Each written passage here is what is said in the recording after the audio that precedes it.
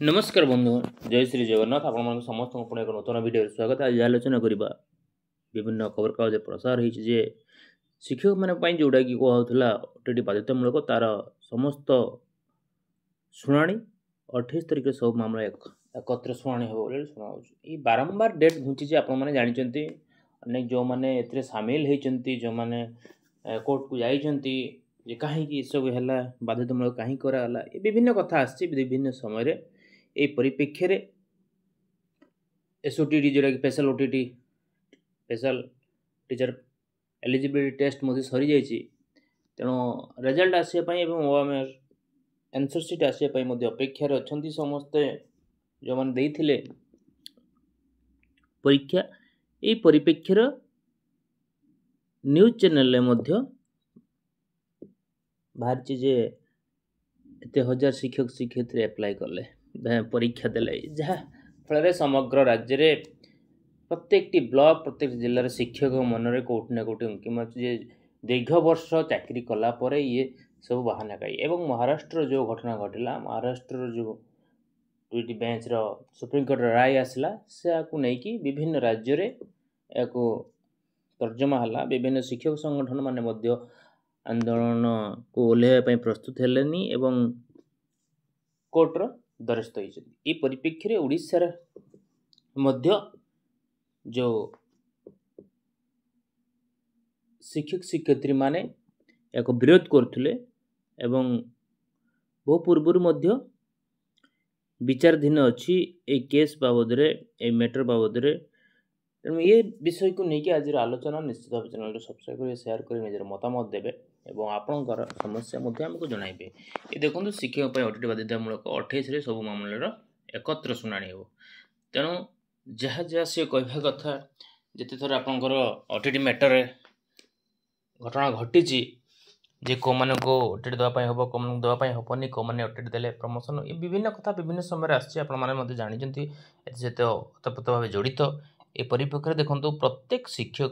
को शिक्षकता करने को हेले Odisha teachers eligibility test OTET pass करने पड़ो ये राज्य सरकार पक्ष प्रत्येक शिक्षक को टीटी देवाक बाध्यतामूलक कराइथिबा बेले यह विरोध कर रुजु मामला शुणाणी हाइकोर्ट आसंता अक्टोबर 28 धार्य कर तेणु ये हाइकोर्ट आम विचारपति अनुरोध करुचु वीडियो बार्ता मध्यम 28 तारिख सतरे पूरा कंप्लीट आपणकर शुणाणी हेबो ना पुणी घुंचो से दिन ये ओटीटी चैलेंज कर रुजु होता अन्य समस्त मामला एकत्र शुणाणी हेबो बोली हाइकोर्ट कहते राजश्री महापात्र जो अच्छा पक्ष आगत मामलार शुणाणी कर हाइकोर्ट मुख्य विचारपति एवं नहीं जो मान को नहीं खंडपीठ होती आदेश देते आदेश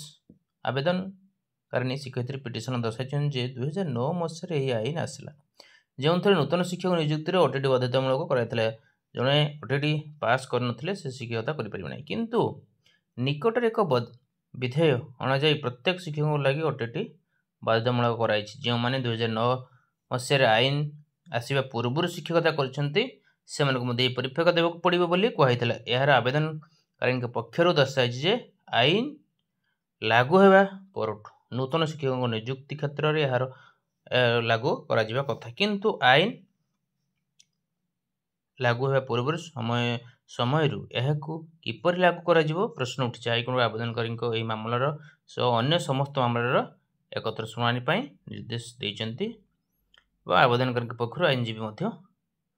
परिचालना कर तेणु बंधुगण आपण जानते विषय ठीक कौन से आलोचना करें आज जेहेतु विभिन्न खबर कागज प्रकाश पाई से समय सूचना दूचु ये